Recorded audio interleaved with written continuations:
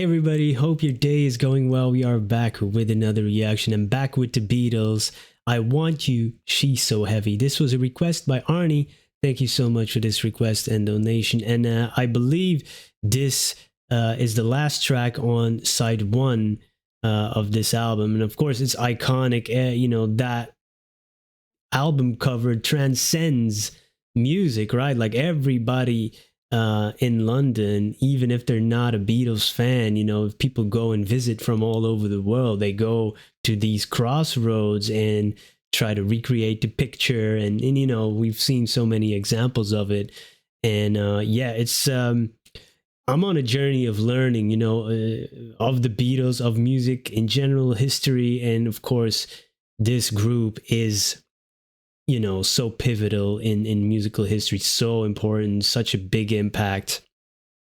And this track, I think it's like notable for its unique structure and an intense instrumental interplay. From what I hear in the request by Arnie, always provides some background info. I try to read it and absorb it. Of course, I need to really immerse myself into it more and more to really for it everything to get it to stick. I think it's really like they pioneered like the use of 8-track technology at the time. I love that creativity within limitations and pushing the boundaries with what you have, in terms of technology. And that's amazing, because sometimes the more options you have, sometimes it's like, oh, what are we gonna do? What are we gonna? And I love that, just pushing the boundaries, what you have, and make the best out of that, man. And just that's amazing. And let's check this out. I hear this album has not the songs do not exist in a vacuum. There's always a story behind it, and some of them really go together. And later on, there's a reaction coming with a so-called medley with more songs, so be on the lookout for that. We went through their first two albums song by song on Patreon, and I really enjoyed that, the first two albums, and seeing their progression and hearing it. And it's been a blast. So thank you for joining me on this journey. Let's check this out.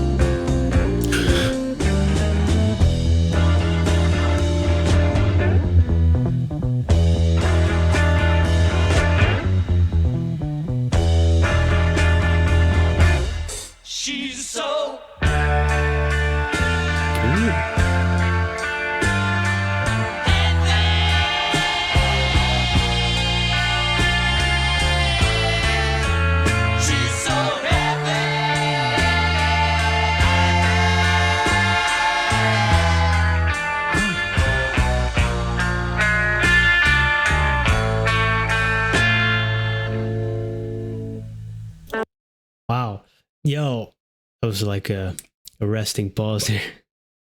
Blasphemous. But man, you could just hear the words, that instrumental part there. You could just hear the words, I want you, and that cadence so bad. And then um the vocals, man. Oh, John Lennon's his voice. I really love his voice, and sometimes the intensity that he has in his voice, and just the passion. And was this like addressed to Yoko Ono? Maybe like um that time when you really fell in love really hard, and just maybe addressing her. And yeah, and then you can hear it's like the guitar takes over or echoes or mimics his notes or vice versa, like, and it all flows into one. I like that a lot. That is so good. It's like you can't almost differentiate the voice and the instrument anymore. It's like they're two separate things, and then they like meld together and it's one thing. So good. That's amazing. Ooh. And so much soul and emotion and feeling into it. And it's just like a vibe. And, so different from, what like the sound of their first two albums, and that they've evolved in such a short time. Their sound and style is mind blowing to me, man. It's quite remarkable, even going back, 60 years, and, never knowing the true impact at the time, because we've been so spoiled, over the years, and we take a lot of things for granted nowadays. Still, you appreciate the genius and the just the impact that it must have made, and still does. That ripple effect, you can still feel it today in music, which is wild, right? It's like throwing a rock in a pond, and 60 years later, it's still going. Ugh. Ah.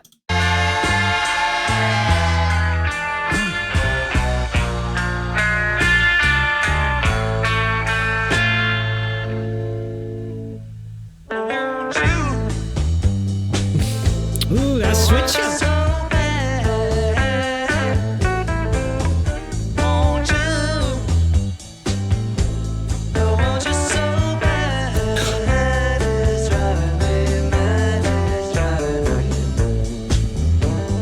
You can feel it. I want you. You know I want you so bad, babe. I want you. You know I want you so bad. It's driving me mad. It's driving me mad. Yeah.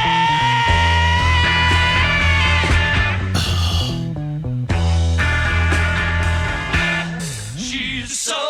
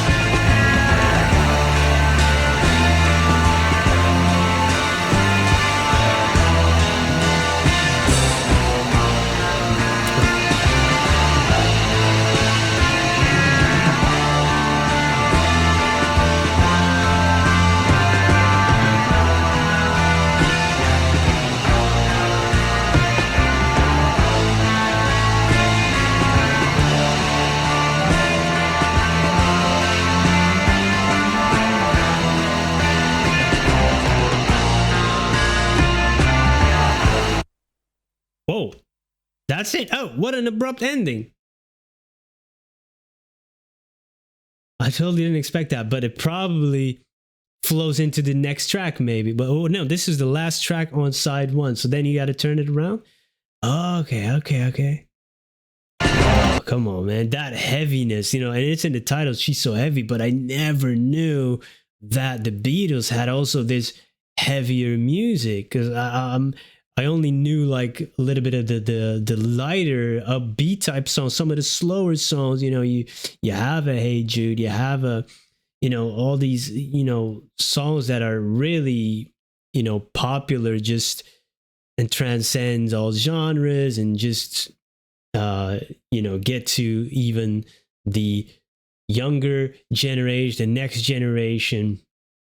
And if you're not a person who explores full albums and doesn't dive into an entire catalog, there's still always songs of this band that will reach you anyway. Even if you've never bought a Beatles album, you're still gonna know who they are. You're still gonna have heard at least one song, right?